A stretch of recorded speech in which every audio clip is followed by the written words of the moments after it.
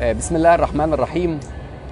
يوم الهندسة المصري، رحلة 10 سنوات سعداء ان احنا بنحتفل بيها النهاردة، ولها ذكريات عند الكثيرين، وبتبعت رسائل هامة جدا لمجتمع الهندسة المصري. ذكرياتي أنا بالذات الحقيقة، أنا كنت عضو في مجلس إدارة جمعية مهندسي الإلكترونيات والكهرباء فرع مصر، وكنت مسؤول عن العضوية. عندما خلى منصب الشخص المسؤول عن النشاط الطلابي، مباشرة تقدمت قلت أنا عايز أخذ مسؤولية النشاط الطلابي. أنا بسعد جدا بالعمل مع الشباب، بسعد جدا إن أنا أشتغل مع ناس متحمسة. البداية كانت إن إحنا عملنا مسابقة لمشروعات التخرج، لكن زي ما إحنا عارفين إنه الشباب طموحاتهم أعلى بكتير، ومش عايز آخد أي أقول حقية في هذه الفكرة. بعد ما نفذنا أول سنة من مسابقة مشروعات التخرج، الشباب قالوا طب ليه ما نعملش معرض كبير؟ ليه ما نجيبش المشروعات كلها؟ في 2000 لما التقينا مع طلبة الاي تريبل اي في ريجون 8 ميتنج اللي اتعقدت في ايندهوفن في هولندا، جت في دماغنا ان احنا نستضيف الايفنت ده في سنة 2002 اللي هو الستودنت برانش كونجرس، وفعلا استضفناه في مصر وعمل نجاح كبير جدا، وده كان في شهر مايو 2002. لكن بعد ما حققنا النجاح ده لقينا نفسنا عملنا ايفنت كبير على مستوى عالمي، لكن ما عملناش حاجه لسه لمصر. فجت من هنا ان ليه لا ما نعملش ايفنت يقدر يخدم المجتمع المصري ويقدر يخدم كليات الهندسه والشباب المصريين. ففكرنا ان احنا نعمل ايفنت يربط الصناعه بالجامعه، يطلع الامكانيات والقدرات اللي عند طلبه الجامعات المصريه. فكان من هنا جت فكره يوم الهندسه المصري.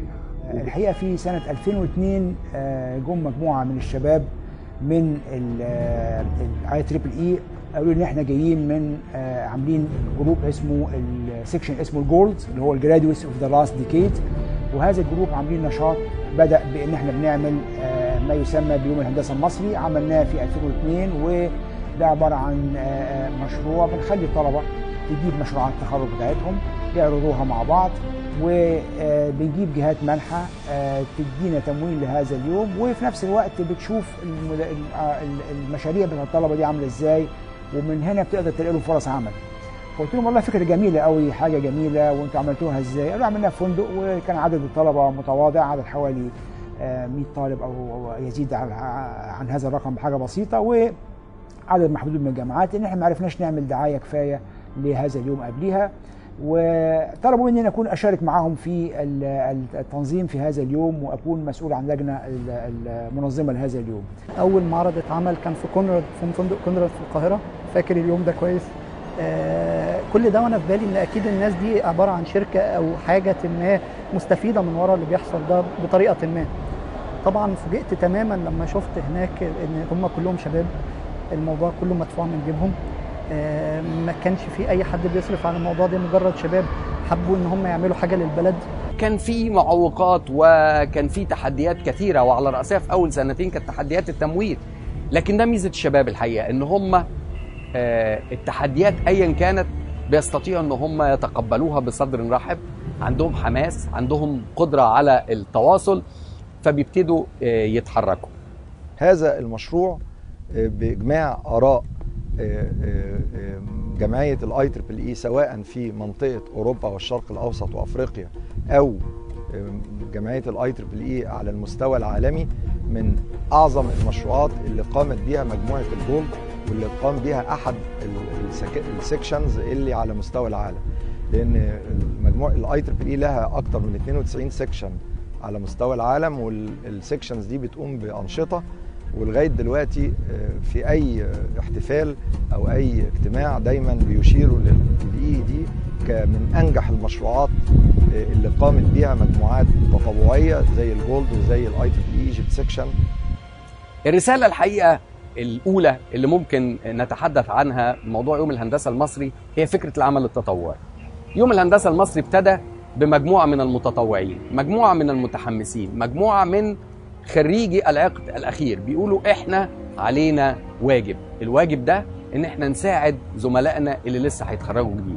فبدأ مجموعة من شباب المهندسين متطوعين بوقتهم، متطوعين بجهدهم، وفي احيانا كثيرة متطوعين ببعض الاموال ان هم ينظموا يوم الهندسة المصري. ازاي بحس ان الواحد بيزكي عن وقته وبيزكي عن علمه في حاجه هو بيفهم فيها. يعني دايما الناس اللي بيبقى كل واحد عايز يعمل حاجه خير او حاجه يساعد بيها البلد دي، بس تبقى حاجه ممتازه جدا لما كمان الحاجه اللي انت بتحاول تساعد بيها دي جايه في المجال اللي انت فاهمه. المتطوعين هي منظومه بتحمل متطوعين من كل مصر، متطوعين من اول اسكندريه لحد اسوان، بيشتغلوا لمده سنه كامله في ترتيب وتنسيق كل كبيره وصغيره في يوم الهندسه المصري.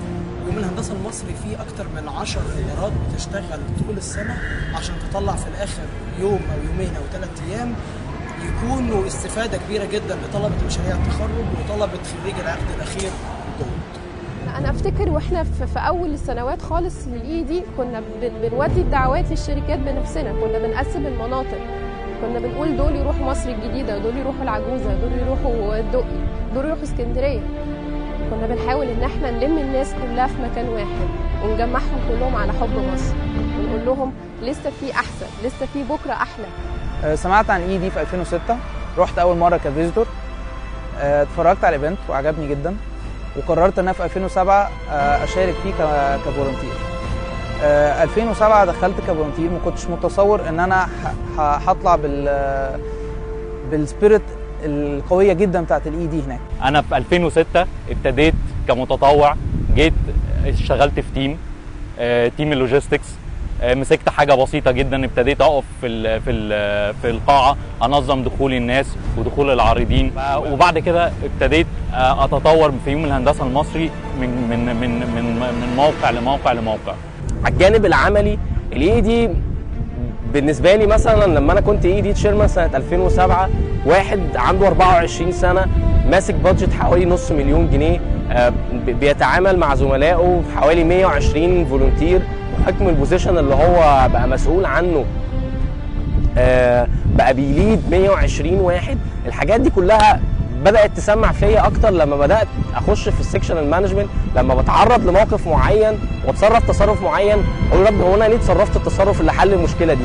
ابدا افكر وارجع كده باكورد الاقي ان انا اتعلمت الحته دي اتعلمتها في الاي دي، ما اتعلمتهاش في حته ثانيه.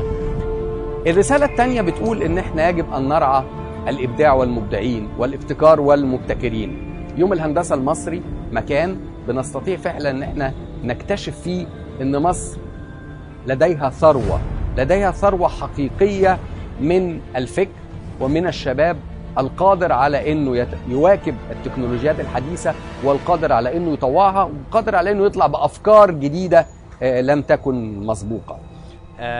الاكسبيرينس بتاعتي في الريجستريشن كانت من احسن الاكسبيرينس بتاعتي في الاي دي، لان انا كنت بتعامل مع الاتنديز سواء فيزيتورز او اكزيبيتورز. كنت بحس قد ايه الاكزيبيتورز عارفين على البروجكتس بتاعتهم، وقد ايه هم شايفين ان دي حاجه هتفيد البلد والديفلوبمنت. الفيزيتورز كنت بحس ان هم كين ان هم يجي يحضروا ايفنت زي ده عشان يعرفوا الناس اللي قبلهم عملوا ايه، عشان لما يجوا يعملوا حاجه يبيلدوا اكتر ويطوروا البلد اكتر. ببقى حريص كل سنه ان اشارك في الاي دي، لاني كل سنه بتعلم حاجه جديده وكمان بتعرف على ناس جديده. واكتر حاجه بتبسطني في الاي دي هو شعور الاكزيبيتورز بعد ما الايفنت بيخلص، لان الناس كلها بتطلع مستفيده من الايفنتس. بعد ما بنخلص الكلوزنج وبيخسر كل حاجه وبنبتدي نفك البارتيشنز، اللحظه دي بقى بتبقى يعني من اتعس اللحظات. الواحد بيبقى زعلان بقى خلاص ان الاي دي خلص، الفتره اللي فاتت كلها والمجهود اللي هو عمله، وبرده كل التيم والناس اللي كان شغال معاهم بقاله شهور قاعدين مع بعض، خلاص دي اخر قعده لغايه لما نبتدي للاي دي اللي بعده. يوم الهندسه المصري بيتميز بحاجتين اتنين: الروح، ودي حاجه ممكن تلاحظها على مدار 10 سنين، روح الشباب وهو بينفذ يوم الهندسه المصري، روح التحدي لكل العوائق اللي هي بتقابله، روح الروح الجميله جدا اللي انت بتحس بيها داخل يوم الهندسه المصري. والحاجه الثانيه اللي بتميز اليوم الهندسه المصري هي الاخلاص. بنتطلع للاحتفال باليوبيل الفضي باذن الله تعالى لنجاح منقطع النظير. اتمنى لكم كل توفيق، والسلام عليكم ورحمه الله وبركاته.